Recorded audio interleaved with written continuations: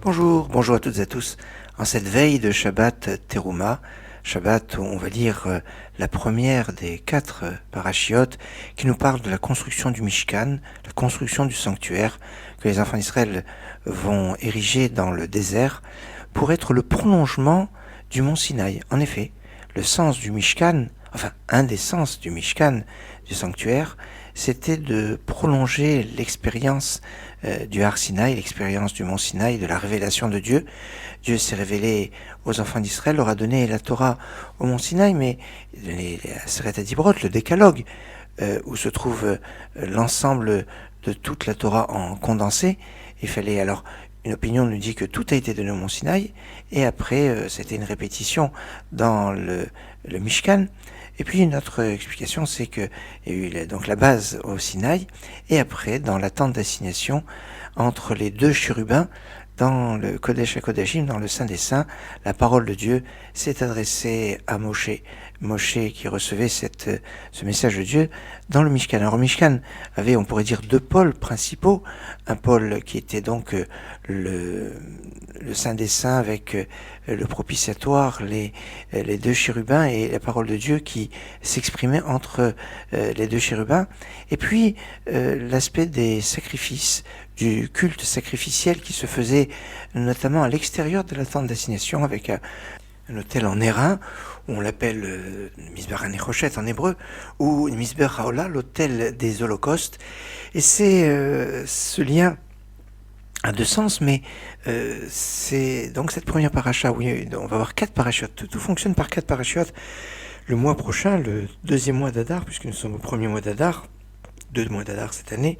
Et au deuxième mois d'Adar, on aura l'encadrement des 4 parachiotes particulières, Shekalim, qui fait référence à l'appel des dons des demi-cycles, Zachor pour se souvenir de ce que nous a fait Amalek, de Parad par rapport à la vache rousse pour la purification, et à Chodesh qui annonce à la fois le Rosh Chodesh et les lois de la fête de Pessah. 4 parachiotes. Eh bien, on a aussi 4 parachiotes de la construction du Mishkan, Teruma Tetzavé, cette semaine prochaine. Après, il y aura Vayakel et Pekoudé, mais au milieu, entre les 2 premières et les 2 dernières, la paracha Kitissa, qui sera une paracha qui nous parlera essentiellement de la faute du veau d'or, qui parlera aussi de la présence et l'importance du Shabbat, la fameuse phrase Veshameru ben Israël et à Shabbat, les enfants d'Israël garderont le jour du Shabbat, est issue de la paracha Kitissa. Et on a ici une structure assez intéressante sur avec quelque chose au centre, comme on retrouve pour les parachutes spéciales qu'on a évoquées tout à l'heure par rapport aux demi-cycles, les Zachor, où on a ici 2 et 2, et puis au milieu, c'est la fête de Purim. Et là, la fête de Purim qui fait référence à Mordechai, Esther, Hadassah, Mordechai, Mordéror, dont les allusions se trouvent justement par Paracha Kitissa. Par là, l'intérêt entre la structure de la paracha et la structure du calendrier. Un peu plus loin, ce qu'on pourrait remarquer, c'est qu'aujourd'hui 3 Adar, c'est le jour où a été conclu en l'an 3413 du calendrier hébraïque la conclusion de la construction du deuxième temple. Oui, à l'époque de Zerubbabel ben Shaltiel et Yehoshua ben Yotzadak, ils ont fini de construire le deuxième temple exactement comme aujourd'hui. Alors on comprend pourquoi on dit Mishenir Nasadar Marmi Besimra, ou plutôt, pour être plus précis, de la même façon qu'on commence le mois de Av, on diminue à joie, ainsi qu'on commence le mois de Hadar, on multiplie la joie. Ce texte n'est pas marqué dans le traité Megillah qui parle de la fête de Purim, mais dans le traité Ta'anit qui fait référence aux jeûnes. Mais attention, c'est vrai que cette partie de la Gemara fait référence aux jeûnes par rapport à la destruction du temple, les jeûnes que l'on connaît comme le 17 Tammuz, le 9 Av, le jeûne de Gedalia ou le jeûne du 10 Tevet. Mais l'essentiel de la Maseret Ta'anit, du traité de Ta'anit, nous parle des jeûnes que l'on fait pour que la pluie tombe. Donc c'est pas des jeûnes liés aux événements historiques, mais à l'actualité pour que la pluie tombe. Et c'est en fait lié à la prière, parce que ces jeûnes sont, eh bien, en fait, le prolongement de la prière. Et la Megillah Ta'anit est une Megillah qui est finalement une Megillah qui met en avant l'importance de la prière D'ailleurs, c'est au début du traité Ta'anit qu'il y a la fameuse référence qui va nous dire que la tefila peut être une obligation de la Torah. C'est sur ce passage que Maïmonide fonde sa pensée, considérant que la prière est une obligation de la Torah, c'est une mitzvah de la Torah, puisqu'il est marqué Ovdo bechol vafrem, vous voulez servir de tout votre cœur. Et Avod Hashem Alev, c'est quoi le travail qui se fait avec le cœur? Zoutfila, ça c'est la prière. Intéressant parce que justement le cœur, c'est ce qui est au cœur de la construction du Mishkan, du sanctuaire, puisque Kol Hashan Ediv Libo, celui qui va avoir la générosité du cœur, va être appelé à faire des dons. Ce qu'on a besoin pour construire le Mishkan, ce qu'on a besoin pour construire le sanctuaire, c'est la générosité du cœur, Nediv Libo. Et ça, c'est un point qui est important. Mais remarquons, pour reprendre cette fameuse phrase, que comme quand on commence le mois de Av, on diminue la joie, ainsi quand on commence le mois d'Adar, on multiplie la joie. Mais ça veut dire quoi? On multiplie la joie. Mais la joie peut des fois être reliée notamment à trois sujets classiques que l'on associe à la joie.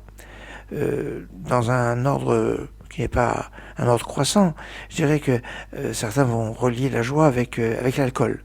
Ain Simcha le Bebassar Vayayin, comme d'après la Dash Talmudique, qu'il y a un lien quand même avec la joie et le vin. Bassar Vayayin. Alors certains vont prendre plus large avec une notion d'alcool, on va faire les Chaim. Le Chaim, c'est une notion de joie. J'irai oui, mais avec bien évidemment des limites avec modération. Il n'y a pas un sens à boire, si ce n'est que chez Nichnas Yayin et Tsesod, quand on rentre le vin, sort le secret. Alors si les secrets sont pas jolis, il vaut mieux que ça sorte pas. Il s'agit de Yena Shel Torah, du vin de la Torah, autrement dit des secrets qui vont être d'une grande profondeur. Alors j'aurais tendance à dire par rapport à ce lien entre la joie et l'alcool, pas top, même s'il peut exister. Il y a un autre lien avec la joie, c'est avec l'humour. L'humour, et il y a une notion de joie, et ça peut être pas mal. Bien que des fois l'humour peut être pas forcément cachère. Quand on se moque de quelqu'un, quand on va peut-être humilier quelqu'un, quand c'est pour rigoler. Oui, non, mais c'est pour rigoler si on a blessé une personne. Et des fois, certains disent oui, sous le couvert de la plaisanterie, certaines personnes font passer des messages qui sont... Alors, c'est pas évident. Alors même si on peut sourire, on peut pas rire de tout aussi. Et cette joie cette réjouissance qui pourrait être liée à l'humour, va avoir ses limites aussi, même si il faut avoir le sens de l'humour. Troisième élément qui pourrait être un élément lié à la joie, eh bien c'est la musique. Évidemment, une musique joyeuse, une musique entraînante va faire de la simcha. D'ailleurs, souvent, il y a la simcha, mais il y a de la musique, avec des instruments, avec de la musique. Mais là aussi, la musique peut être le véhicule, le vecteur de faire passer des messages qui peuvent être difficiles. Alors, comme au niveau de l'humour, comme au niveau de la musique, on se rend compte qu'au niveau de la Torah, on a une dimension de joie qui est très cachère et qui est très bonne. Pikoudé Hashem et Sharim et Sam relève.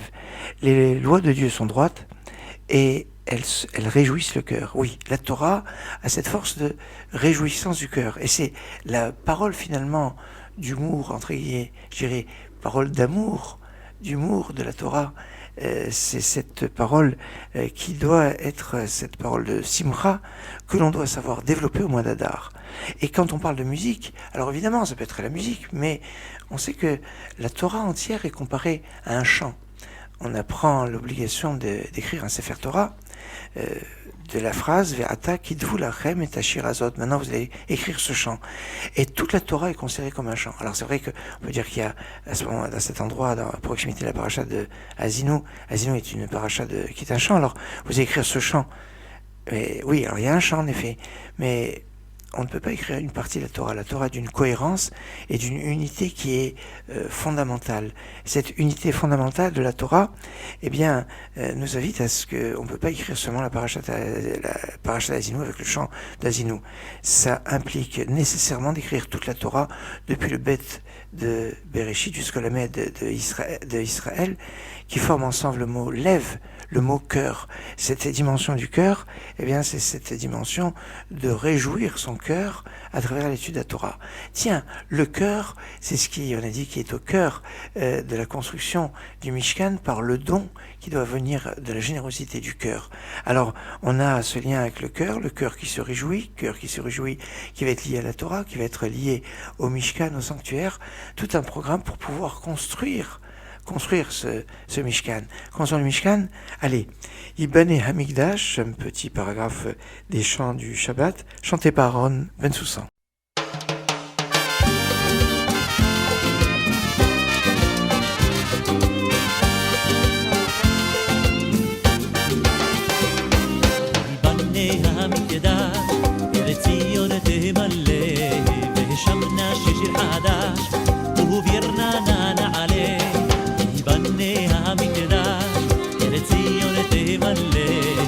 شمنا شجر حداش وبيرنا نانا عليه يبنيها من كداش ارتيون دي ملي بشمنا شير حداش وبيرنا نانا عليه بشمنا شير حداش وبيرنا نانا عليه الرحمن من كداش يتبارك بيت عليه الرحمن من كداش يتبارك بيت عليه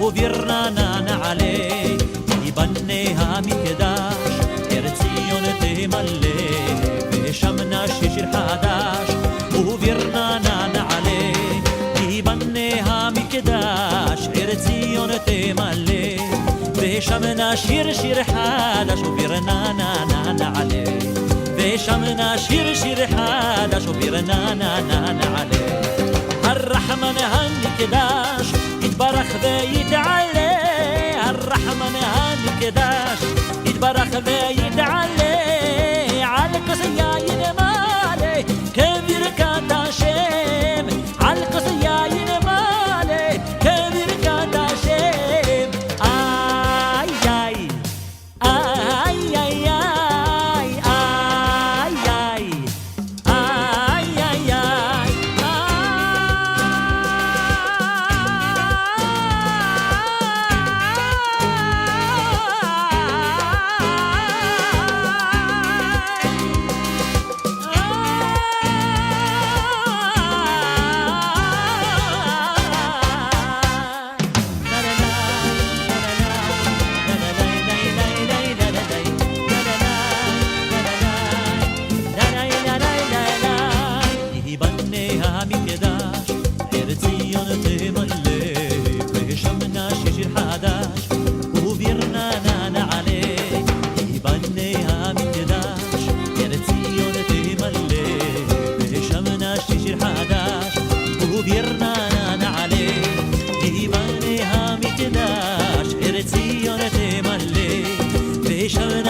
شير حدا خبرنا نانا عليه آي آي آي آي آي آي آي آي آي آي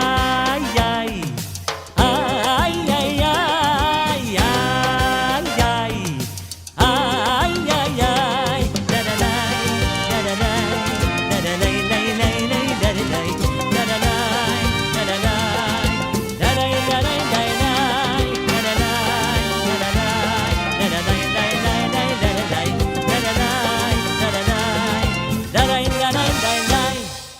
C'était Aaron Ben Soussan, Ibané Amigdash, un passage des chants du Shabbat qui est, c'est le dernier paragraphe de Tzur Michelo Achalnu, ce poème liturgique qui est une introduction au Birket Amazon. D'ailleurs, le Gaon de Vilna n'aimait pas trop qu'on le chante parce qu'il disait ça pourrait remplacer le Birket Amazon presque. C'est pour ça qu'il n'était pas très chaud à ce que on le chante. Il faut faire le Birket Amazon à la place. On a chaque couplet qui est en rapport avec une des bénédictions du Birket Amazon, qui en compte 4 bénédictions. Et dans la bénédiction de au venir Yerushalayim et Kodesh qui reconstruit Jérusalem, et voilà, c'est à Yibané Hamikdash que le Beth Hamikdash soit reconstruit. Alors, quand on parle dans notre paracha Vikrouli Teruma, cette paracha, vous prendrez un prélèvement, Veikrou, la carte c'est prendre. Non, une erreur. On devrait dire Veitnu, ils diront. Non, c'est quand on donne que on prend. En fait, il faut savoir que c'est à travers le don qu'on en fait l'acquisition de ce qui sera à nous pour toujours, parce que ce qui est à nous, on ne sait pas ce qui peut advenir de cette possession. Par contre, à partir du moment où on l'a offert, on l'a donné, alors ça nous est attribué complètement parce qu'on l'a donné, et on démontre aussi, parce que l'on donne, que ce que l'on a, est vraiment à nous. Une personne qui est riche mais qui est très avare est une personne qui n'a pas cet argent. Lui, c'est seulement un gardien de cet argent. Eh oui, bon. Enfin, cela précisé, Veikrouli Teruma, le Midrash veut dire, en fait, quand est-ce qu'on nous a dit Veikrouli Teruma? Parce que c'est dans la continuité de la paracha la semaine dernière. Qu'est-ce qu'il y a eu de la paracha la semaine dernière?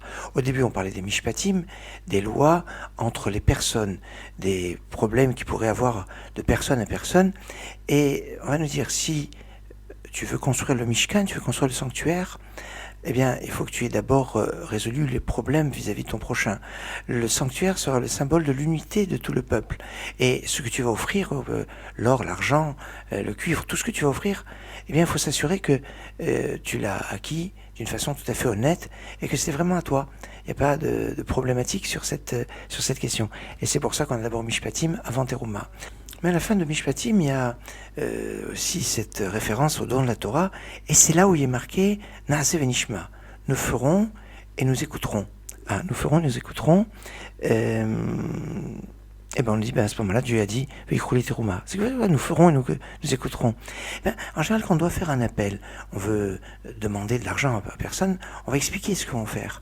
On va donner tous les plans, tous les machins, le projet, le programme, on va faire un film, on va montrer ce qu'on va faire, et après, on fait notre appel pour que les gens vont donner, en sachant pourquoi ils donnent. Remarquez que pour le Mishkan, il dit, ils vont donner, on va faire un Mishkan. C'est quoi le Mishkan? Pourquoi commencer? Ils ont donné en confiance. Naasé. Venishma, comme ils ont donné en confiance. Alors grâce à cela, le Mishkan sera le lieu de la révélation de Dieu, et il y aura Nishma, nous pourrons entendre, Moshe pourra entendre la parole de Dieu dans le Mishkan. C'est cet engagement aveugle quelque part, de cette confiance qu'on va voir dans l'acte de donner de Naasé, qu'on pourra avoir le Nishma, qu'on va entendre le message que Dieu veut nous donner. Ça, c'est quelque chose d'important.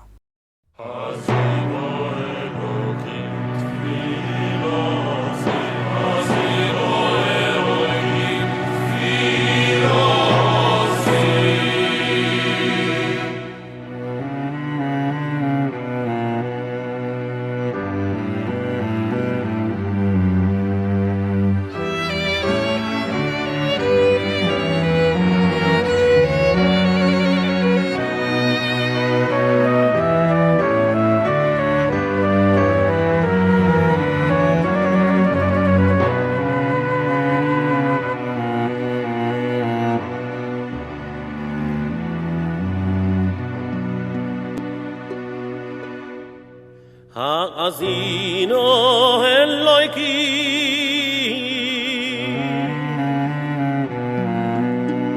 Tefilosi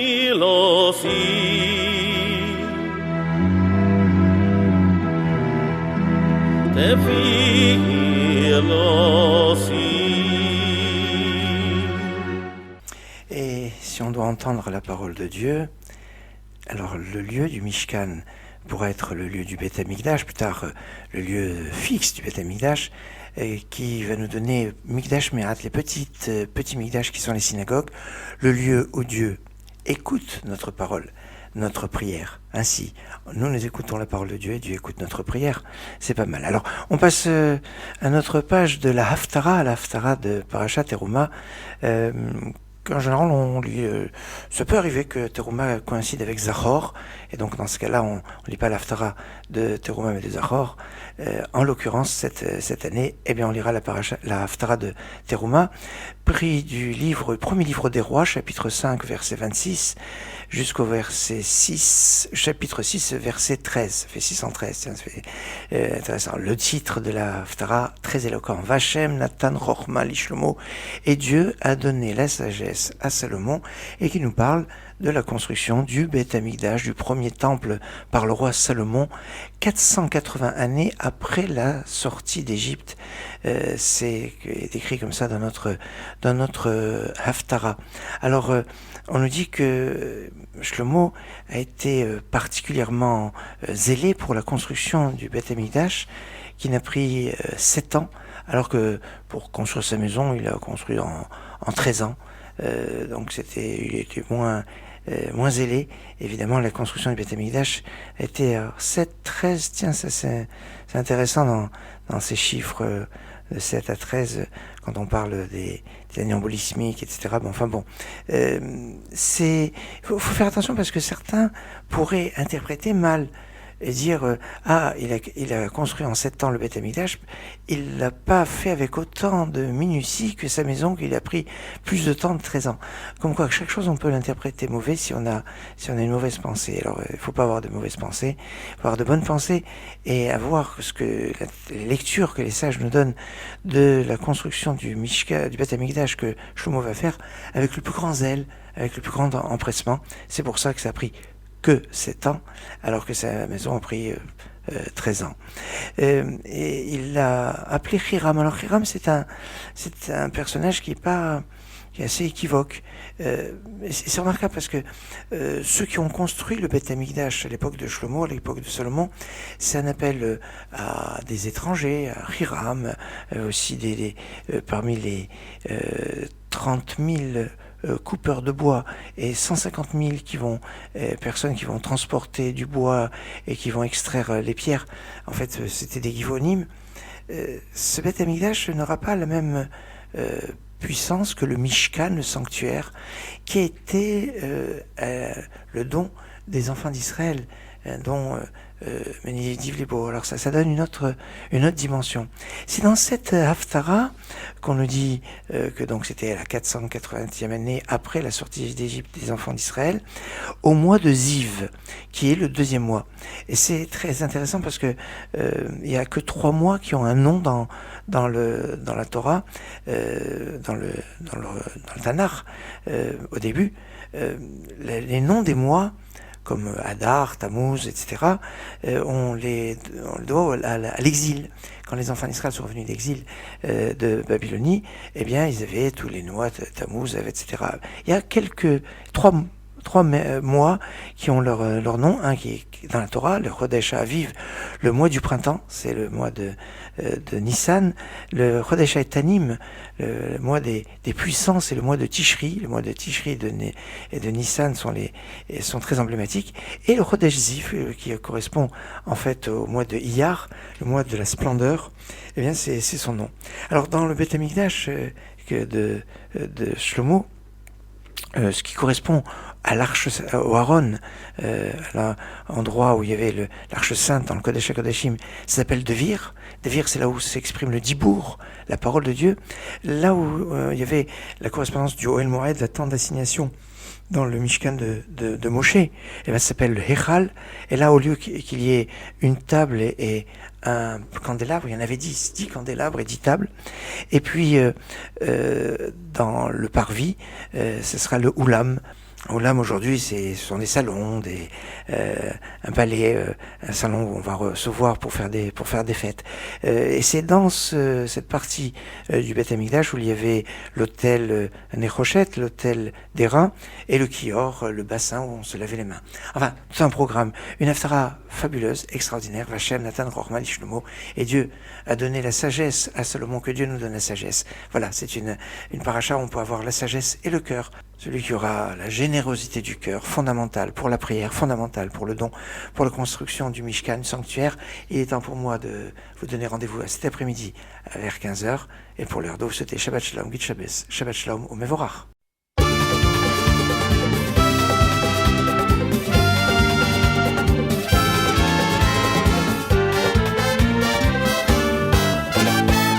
שים שלום טובה וברכה חן וחסד ורחמים עלינו ועל כל ישראל עמך שים שלום טובה וברכה חן וחסד ורחמים עלינו ועל כל ישראל עמך ברכנו אבינו כולנו כאחד באור פניך כי באור פניך נתת לנו השם אלוקינו שים שלום טובה וברכה חן וחסד ורחמים עלינו ועל כל ישראל עמך שים שלום טובה וברכה חן וחסד ורחמים עלינו ועל כל ישראל עמך תורת חיים ואהבת חסד צדקה וברכה ורחמים וחיים ושלום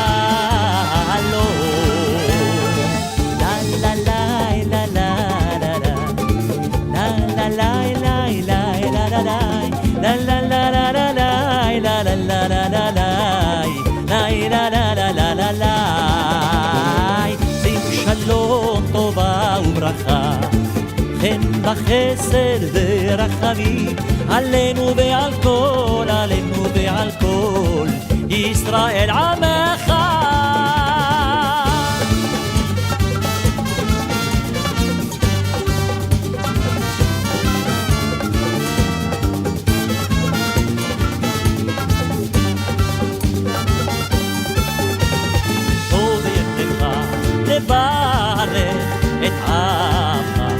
את עמך ישראל בכל שעה בשלומך שים שלום טובה וברכה חן וחסד ורחמים עלינו ועל כל ישראל עמך ישראל עמך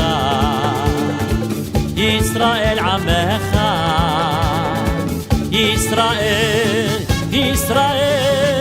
ישראל עמך